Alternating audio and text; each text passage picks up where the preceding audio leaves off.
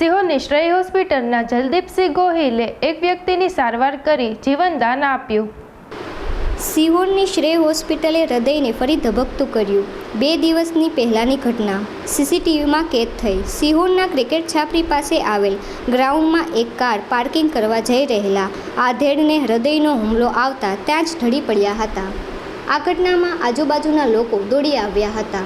આ સમયે સામે દવાખાનામાંથી ડૉક્ટર ભરતભાઈ હુંબલ પણ દર્દી પાસે જઈ તેઓને તાત્કાલિક સારવાર માટે શ્રેય હોસ્પિટલમાં ખસેડ્યા. હોસ્પિટલના ડૉક્ટર જલદીપસિંહ ગોહિલ તથા સ્ટાફ સહિતના તાત્કાલિક સારવાર આપી દર્દીનું જીવન બચાવ્યું.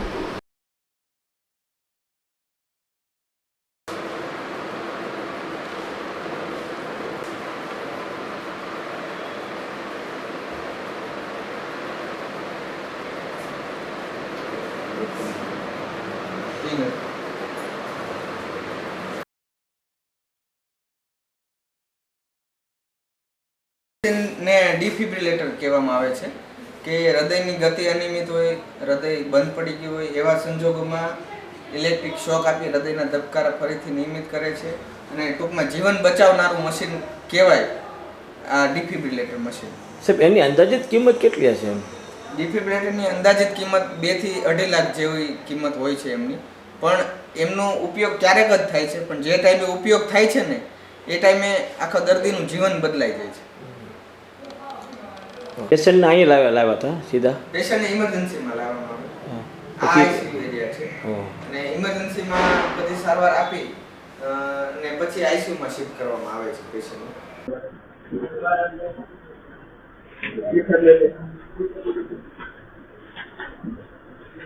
આ બધું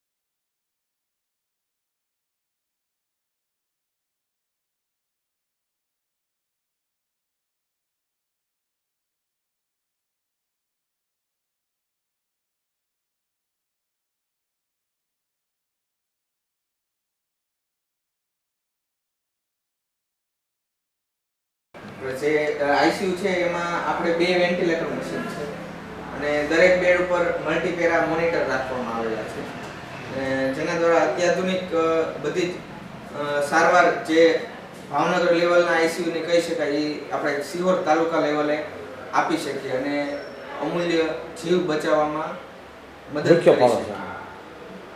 આ છે એ વેન્ટિલેટર મશીન છે. હા. બરોબર. આ જે અત્યારનું અત્યાધુનિક વેન્ટિલેટર મશીન કહેવાય, પોર્ટેબલ, એ પ્રકારનું મશીન છે.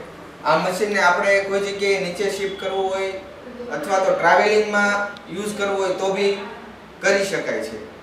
જે અત્યારની લેટેસ્ટ ટેકનોલોજી પ્રમાણેનું મશીન કહેવાય એ વેન્ટિલેટર મશીન છે. Okay. આપણે શ્રેય હોસ્પિટલમાં આપણે લેબોરેટરી સુવિધા પણ ઉપલબ્ધ છે. એમાં જો આપણે અત્યારે અત્યાધુનિક આપણે જે 3 પાર્ટ સેલ કાઉન્ટર છે, જે આપણે બ્લડ ટોટલ કાઉન્ટ કરીને આપે, અને એમની સાથે સાથે આપણે બાયોકેમિસ્ટ્રી ટોટલ બાયોકેમિસ્ટ્રી માટેનું મશીન છે. પ્લસ આપણે જે કોઈ B12 થાઇરોઇડ એ બધી સુવિધા આપણે અહીંયા શ્યોરમાં થઈ જાય છે. બાકી કોઈ બી યુરિન છે કે સિમેન એનાલિસિસ, દરેક વસ્તુની સુવિધા આપણે અહીંયા આ જે શ્રેય હોસ્પિટલ ખાતે ઉપલબ્ધ છે. સિવર ખાતે આપણે મેડિકલની સુવિધા પણ ઉપલબ્ધ છે. કોઈ પેશન્ટ એવું ઇમરજન્સી હોય અને એને ભારે ડ્રગ્સ ઇન્જેક્શનની જરૂરિયાત હોય અને એને બહાર દોડાદોડી ના થાય, તે બધા ઇન્જેક્શન આપણા મેડિકલમાં ઉપલબ્ધ છે. અને આપણા મેડિકલની અંદર બધી સ્ટાન્ડર્ડ દવા વાપરીએ છીએ.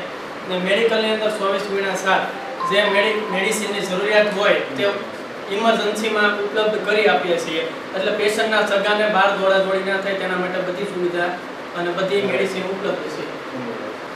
પેશન્ટને કોઈ એટેક વાળું પેશન્ટ હોય તેને થ્રોમ્બોલાઇઝ કરવા માટે ઇન્જેક્શન 2 પ્રકારના આવે છે, રેટેલેક્સ અને એસકે. એ બંને ઇન્જેક્શન આપણા મેડિકલમાં ઉપલબ્ધ છે, જેથી કરીને પેશન્ટને ઇમરજન્સી સારવાર આપી શકીએ. કોઈ પોઈઝનિંગ વાળું પેશન્ટ હોય તેના માટેની કોઈ બી મેડિસિનની જરૂરિયાત હોય તો તે પણ મેડિસિનની ઉપલબ્ધ. ચારકોલ પાવડર છે જેનો જરૂરિયાત પડે છે પોઈઝન વાળા પેશન્ટમાં, જે દવા પીધેલ પેશન્ટ હોય તેમાં, તેનો પણ આપણા મેડિકલની અંદર ઉપલબ્ધ છે. પછી કોઈ સ્નેક બાઇટ વાળા પેશન્ટ હોય જેને સાપ કરડી ગયો હોય તેના માટેનું ઇન્જેક્શન ASV આવે છે, તે પણ આપણા મેડિકલની અંદર ઉપલબ્ધ છે, જેથી પેશન્ટને દોડાદોડી ન થાય અને ઇમરજન્સીમાં દવા મળી રહે. ડૉક્ટર જયદીપસિંહ નિર્મળસિંહ ગોહિલ, MD, શ્રેય હોસ્પિટલ, સિહોર. તારીખ 12 તારીખના રોજ સવારે 12 વાગ્યાના આસપાસ એક દર્દી સિહોરમાં ક્રિકેટ છાપરની આ બાજુમાં અચાનકથી બેભાન થઈ જતા, હૃદયના ધબકારા બંધ થઈ જતા તાત્કાલિક આજુબાજુના લોકો દ્વારા સિહોર શ્રેય હોસ્પિટલમાં લાવવામાં આવે, જેને પ્રાઇમરી તપાસમાં હૃદય બંધ પડી ગયેલું હોવાથી જેને હૃદય ઉપર પમ્પિંગ આપી અને હૃદયને ઇલેક્ટ્રિક શોક દ્વારા, જેને અમારી ભાષામાં ડિફિબ્રિલેટર કહેવામાં આવે છે, તેના દ્વારા હૃદયના ધબકારા ફરીથી ચાલુ કરવામાં આવે. ત્યારબાદ હૃદયના હુમલા માટે હૃદય લોહી પાતળું કરવા માટેનું ભારે ઇન્જેક્શન આપવામાં આવે. ત્યારબાદ દર્દીની પરિસ્થિતિ સ્થિર જણાતા તેમને આગળ એન્જિયોગ્રાફી માટે મોકલવામાં આવે. એન્જિયોગ્રાફીમાં 2 નળીમાં બ્લોકેજ આવતા બંને નળીમાં સ્ટેન્ટ મૂકવામાં આવે. ત્યારબાદ દર્દીની પરિસ્થિતિ એકદમ સ્થિર હતી અને તેમને ડિસ્ચાર્જ કરવામાં આવે હોસ્પિટલમાં. અત્યારે પેશન્ટ કેમ છે? અત્યારે એકદમ સ્થિર અવસ્થામાં છે પેશન્ટ અને આગળ એમની સારવાર સંપૂર્ણ થઈ ગઈ છે. ને અત્યારે ભયમુક્ત છે? ભયમુક્ત છે. સૌપ્રથમ આ ઘટનાની જાણ કૂતરાને થઈ હતી, જે આપણે અબોલ જાનવર જેને કહીએ છીએ, તે આ માણસ અચાનકથી પડી જતાં કંઈ અજુગતું લાગતા ભસીને આજુબાજુના લોકોને ત્યાં બોલાવવામાં આવે કૂતરા દ્વારા. આમ એક અબોલ જાનવર દ્વારા કહી શકીએ તો દર્દીનો અમૂલ્ય જીવ બચાવવામાં ખૂબ જ મદદ કરે.